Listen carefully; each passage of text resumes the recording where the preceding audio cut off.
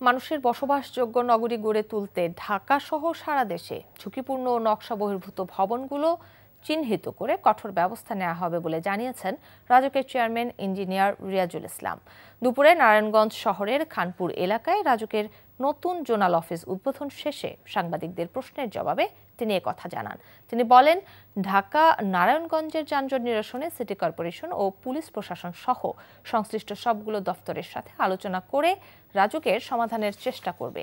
এছাড়া অগ্নি ঝুঁকির জন্য বাণিজ্যিক ভবন ও রেস্টুরেন্টগুলোকেও দায়ী করে রাজুকের চেয়ারম্যান বলেন, রেস্টুরেন্টের অনুমোদন ও লাইসেন্স প্রদানের ক্ষেত্রে সিটি কর্পোরেশন, ফায়ার সার্ভিস এবং জেলা প্রশাসন সহ সংশ্লিষ্ট সংস্থাগুলোকে আরও সতর্কতা অবলম্বন করতে হবে। আমরা যেগুলো আন্ডার কনস্ট্রাকশন বিল্ডিং বা আদার্স যে কোনো কনস্ট্রাকশন আন্ডার মানে প্রসেসের মধ্যে আছে, সেগুলোতে কোনো জিরো টলারেন্স, এখানে নিয়ম নীতির কোনো ব্যত্যয় ঘটানো যাবে না।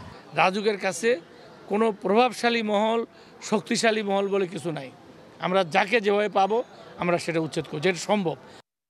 বান্ডেল থাকলে প্রতি সেনমানিতে টাকা বাঁচবে। বিকাশ সেনমানি বান্ডেল কিনে জিতুন প্রতি লেনদেনে।